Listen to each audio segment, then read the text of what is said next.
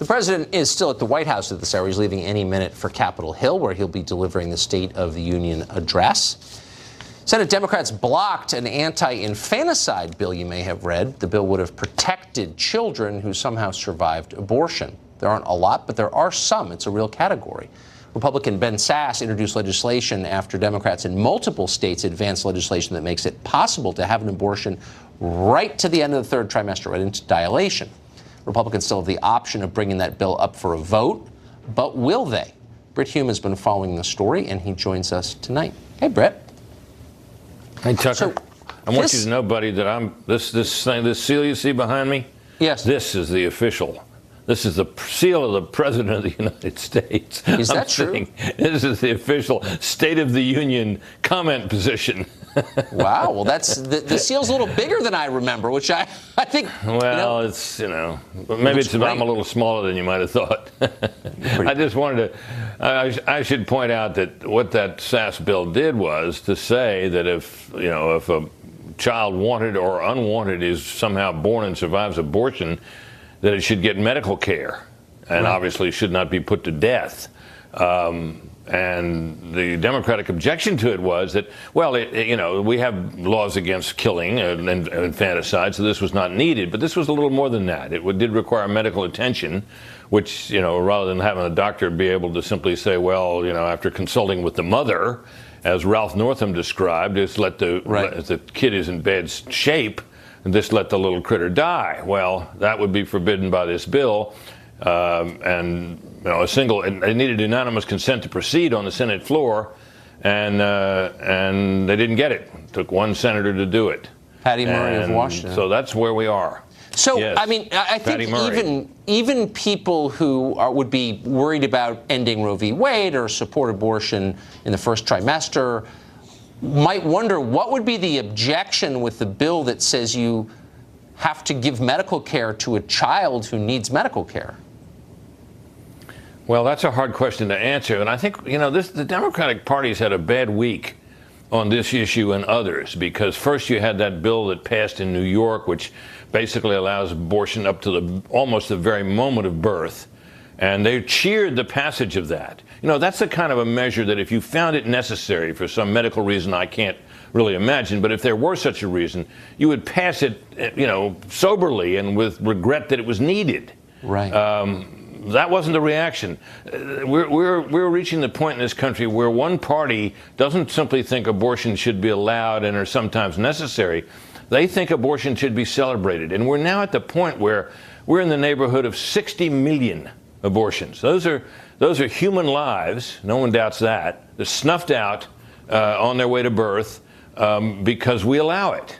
And we allow it later in pregnancies than many other countries do. And this was just the latest example of that. Then along comes Dr. Northam, now Governor Northam, describing a process where the child is born, resuscitated if necessary, made comfortable, so alive for sure, and then a discussion would ensue between the mother and her doctors about, and the only thing I can think that could possibly refer to is whether they'll let the little baby live or not. And his aides have claimed that's not what he meant.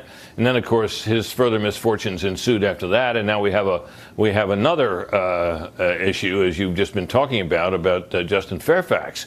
Two issues that the Democrats thought were helpful to them, abortion and race, now working against them, it seems to me. Healthcare is a human right, they tell us, unless it's a baby you'd rather abort. I think it's too far. Britt Hume, thank you very much. Great to see you tonight. You bet, Tucker. Thank you. Well, the Democratic response after the State of the Union will be delivered tonight by Stacey Abrams. She ran for governor of Georgia. Who is Stacey Abrams, in case you're not familiar, and what does she advocate for? Lisa Boothe has been taking a look at that, and she joins us tonight. Hey, Lisa. Hi, Tucker.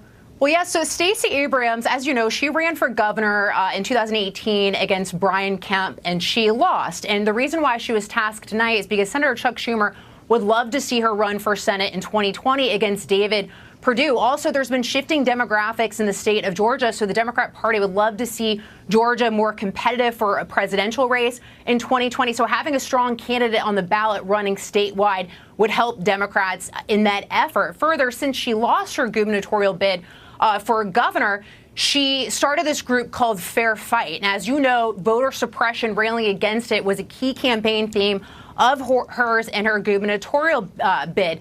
But a lot of those accusations really didn't hold water, because if you look at it, the midterm elections in Georgia reached near historic levels. Also, leading up to the election, there was a historic amount of voters registered to vote. Further, a lot of the things she took issue with, like the purging of the voter rolls, those were existing laws, like use it or lose it. And a similar law in Ohio was upheld by the Supreme Court. Further, that law was passed by a Democrat state legislature and was signed into law by a Democrat governor.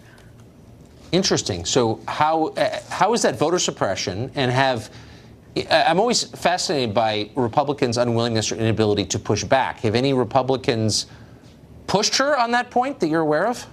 Well, there's been some Republicans tonight that have kind of been making fun of her for her non-concession speech. She said that democracy failed Georgia, but as I pointed out, it didn't.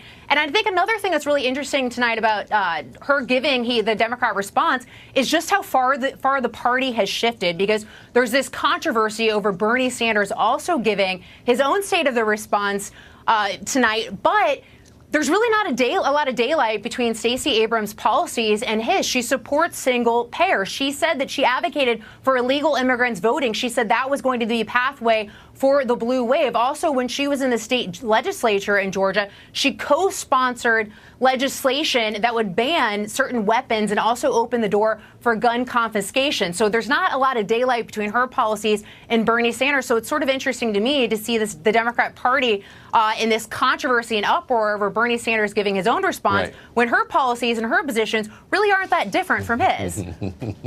You're very old-fashioned. This is what identity politics looks like, Lisa. And it's weird now. It's a different thing. Well, and it's weird now that Howard Schultz seems more like a moderate when I used to view him as a progressive. So the times have changed, my friend.